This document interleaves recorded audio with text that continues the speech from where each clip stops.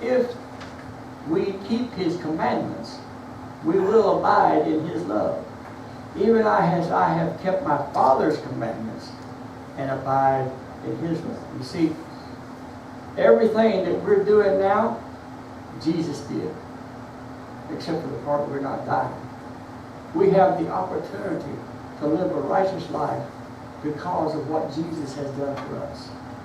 These things have I spoken to you, that my joy might remain in you, and that your joy might be full. He wants your joy to be overflowing. You know, you come into somebody's presence that are laughing, after a while you start laughing too. This is my commandment, that ye love one another as I have loved you. Think about that for a minute. How much did Jesus love us?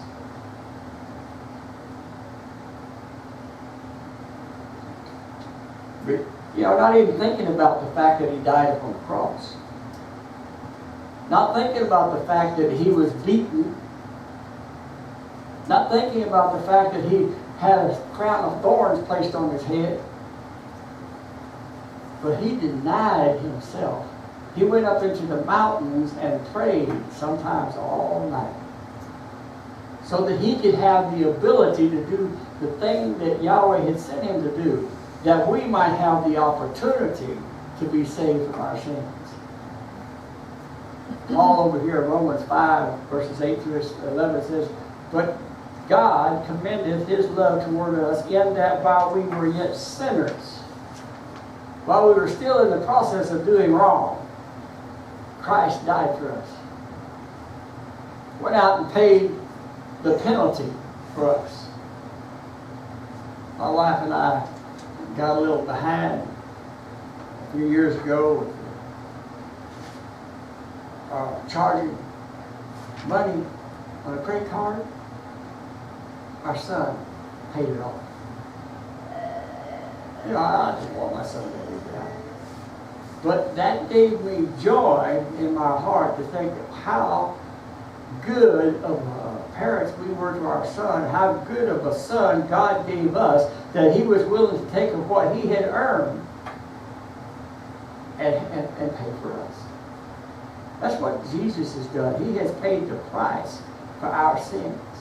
That should give us great joy in knowing that he loved us so much that he was willing to drink that bitter cup. He wasn't wanting to die. The physical man did not want to die. But the spiritual man knew that he had to die for us to have the opportunity to have life. Christ died for us. Much more than being now justified by his blood, we shall be saved from wrath through him. For if when we were enemies, we were reconciled to God by the death of his Son, much more being reconciled, we shall be saved by his life. Because he arose from the grave and he sits at the right hand of the Father, we have the opportunity